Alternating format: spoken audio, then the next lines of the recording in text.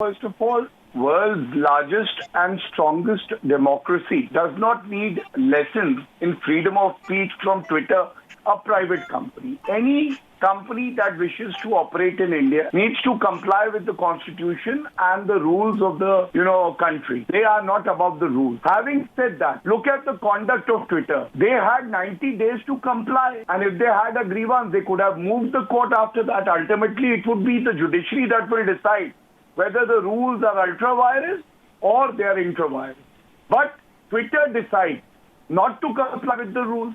And one of the panelists was saying it's an issue of technology. I wish to just ask him, how is appointing senior officers who reside in India and are permanent employees of Twitter a technology issue? Rather, it's a protection for all the users and citizens of the country. But the only reason why Twitter has been emboldened is because Twitter knows that there are parties in India which will not take a clear stand, which will accept Republic of Twitter, but will not accept the constitution given to us in Republic of India.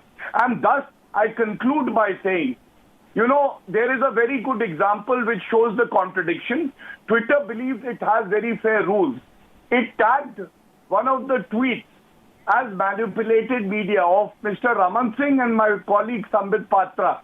But do you know what the Chhattisgarh High Court said? It stayed the FIR, and I have a copy of the order. And they said the FIR seems to be politically motivated prima facie. Thus, Twitter's view was not correct. And we have more faith in the judiciary of the country, the parliament of the country, rather than a private entity. And last but not the least, this very same Twitter will not have the guts to say the same when they are summoned in the US, by the European Union, by the UK, and would they not comply just like any other company when Microsoft can? Very well said. Why can't they comply?